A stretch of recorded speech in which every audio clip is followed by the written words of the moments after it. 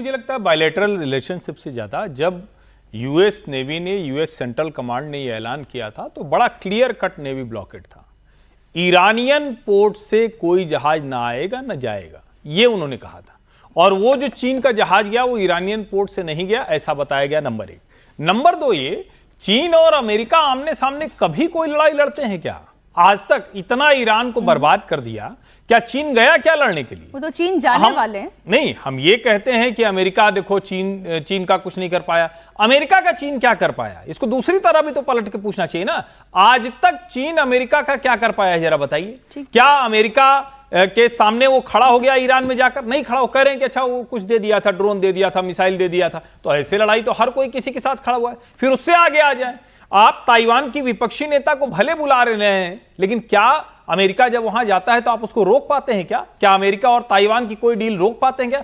मुझे लगता है ये जो सुपर पावर्स अपने आप को कहती हैं, इनको भी पता है कि उनकी पावर की लिमिटेशन कहां है। यानी जो सुपर लगाते हैं ना, उस सुपर का उनको मतलब पता है, और शायद इसीलिए वो सुपर पावर है कि वो लड़ते नहीं।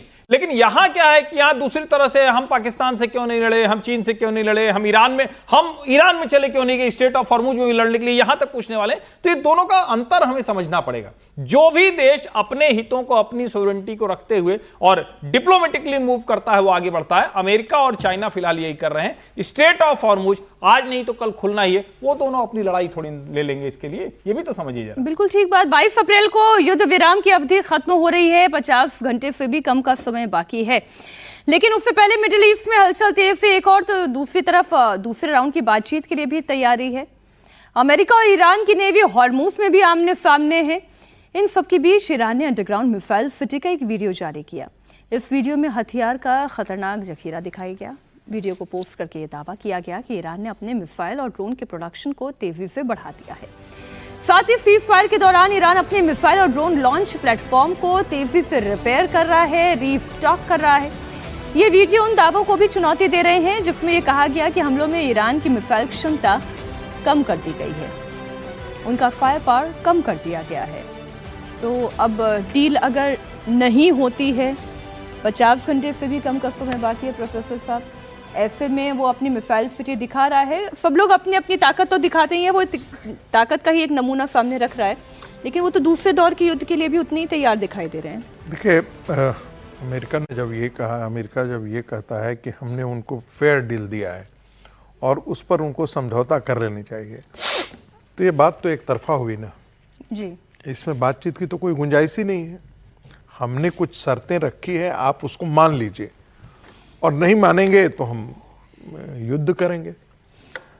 तो ये तो एक इसकी व्याख्या इस तरीके से की जा सकती है, और मुझे लगता है कि यही व्याख्या ईरान ने किया है, और इसके कारण ईरान वहां पर अभी जाने के लिए तैयार नहीं है।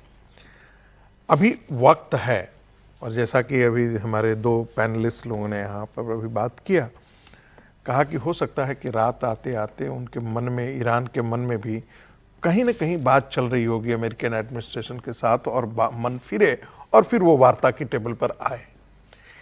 इनकेस यदि ऐसा नहीं होता है तो ये तो अमेरिका के लिए बहुत बड़ा अपमान होगा।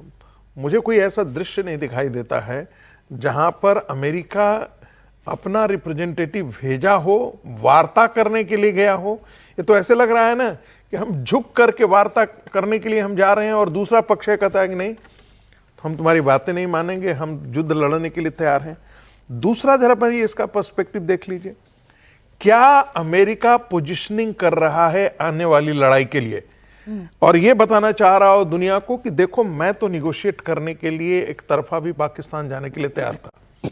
वार्ता की टेबल पर न आने का हट जो है वो ईरान का है।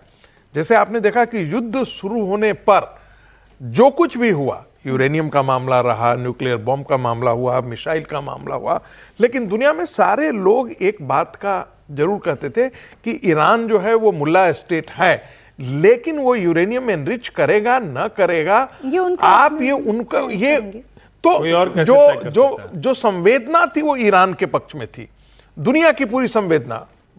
बहुत सारे लोग कह रहे थे कि भाई कट्टरवादी रिजिम था, उसमें मैं भी था, और मैं आज भी कहता हूं कि वो मुल्ला रिजिम है, एक इस्लामिक कट्टरपंथ को बढ़ावा देता है। हूजी, हूती, हमास, हिजबुल्लाह, ये सब को वो पाल पोस करके बड़ा करके वो नॉन स्टेट एक्टर की तरह दूसरे देशों में वो उसके खिलाफ काम कराता है, तो ये एक्सेप्टेबल नहीं है। लेकिन जब स्ट्रेट ऑफ हॉर्मुज को उसने बंद कर दिया तो पूरी दुनिया की संवेदनाएं उसके साथ चली गई।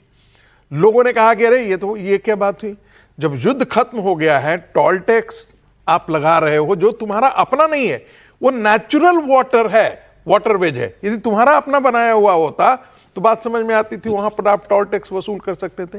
नेचुरल वाटर है और यूएन के ट्रीटी के अनुसार वो इंटरनेशनल नेविगेशन सिस्टम का हिस्सा है, उसमें टोल टैक्स वसूल नहीं करने जाने पर आपको रिबिल्ड करना है, आपको लड़ना है तो अमेरिका से लड़ो, इजराइल से लड़ो, अमेरिका के दोस्त जो हैं खाड़ी के देश में उनसे लड़ो। लेकिन भारत और सिंगापुर से क्यों लड़ने के लिए उद्यत हो भाई? श्रीलंका से लड़ने के लिए क्यों उद्यत हो? एशिया, साउथ एशिया और साउथ ईस्ट एशिया के बाकी कंट्रीज हैं, उनके व्यापार को तुम क्यों बर्बाद कर रहे हो, उनकी एनर्जी सिक्योरिटी को? ऐसी स्थिति में जो दुनिया का मानस है वो ईरान के खिलाफ जाएगा यदि वो वार्ता की टेबल पर नहीं आया। मुझे लगता है कि अमेरिका इस दिशा में भी सोच रहा होगा कि यदि हम दोबारा युद्ध शुरू करते हैं तो दोष फिर देने के लिए हम पर नहीं होगा। कई बार ऐसा लगता है सर कि सिविल गवर्नमेंट जो है वो तो कुछ नेगोशिएशन चाहती है, वो शांति और स्थिरता चाहती है, लेकिन आईआरजीसी ये बात नहीं चाह रही है। ईरानी जहाज पर अमेरिका के कब्जे से मुस्तफा की फौज गुस्से में है और यही वजह है कि ईरान ने अमेरिकी वॉरशिप को निशाना बनाया। ईरान ने दावा किया है कि उसने अमेरिकी जहाज पर एक के बाद एक कई ड्रोन अटैक किए। ईरान का कहना यह है कि ताबड़तोड़ हमले से अमेरिकी वॉरशिप पीछे हटने पर मजबूर भी हुई। हालांकि अभी तक अमेरिका ने अपने जहाजों पर किसी भी तरीके की ईरानी हमले की पुष्टि नहीं की है। किसी भी युद्ध में इस तरीके की खबरें आती रहती हैं, प्रोपेगेंडा का भी एक हिस्सा हो सकती हैं। अब तबाही अगर हुई होती तो अमेरिका भी सामने क्यों रखता, लेकिन आईआरजीसी लग रहा है ये जंग खत्म नहीं होने देना चाहती है। समीर जी, नहीं, मुझे ऐसा नहीं लगता कि आईआरजीसी जंग को खत्म होने देना नहीं चाहता। आईआरजीसी ये नहीं चाहता कि जो ट्रम्प कह रहे हैं उनकी हर बात को मान लिया जाए, उनकी शर्त पे जंग खत्म, उनकी शर्तों पे सरेंडर करना वो नहीं चाहता। वो चाहता होगा कि शांति लौटे, लेकिन उनका भी तो एक स्वाभिमान है, आत्मसम्मान है, वो सब कुछ गिरवी रखकर। और जब शुरुआत में जब बातचीत पर जिस बात पर वो अमेरिका से तैयार नहीं थे वो बात नहीं मानी और इसी आधार पर अमेरिका और इजराइल ने हमला किया और ईरान को बर्बाद करता है। अब इतने बर्बाद होने के बाद अगर वो बातें मान लेंगे तो उन बातों को अगर मानना होता तो ईरान युद्ध के पहले ही मान लेता, तो युद्ध ही नहीं होता। अब ईरान कह रहा है कि स्टेज पर आके हम वो बात क्यों माने। और जिस तरीके से अमेरिका का डेलीगेशन अब पाकिस्तान पहुंच रहा है, ईरान का अभी तक खबर है कि पहुंच ही रहा है। 99.9% मुझे लगता है कि ईरान का डेलीगेशन वहां पहुंचेगा। वो इतनी हिम्मत नहीं करेगा कि दुनिया में संदेश दे कि अमेरिका बातचीत के टेबल पर था और हम बातचीत के टेबल पर नहीं पहुंचे।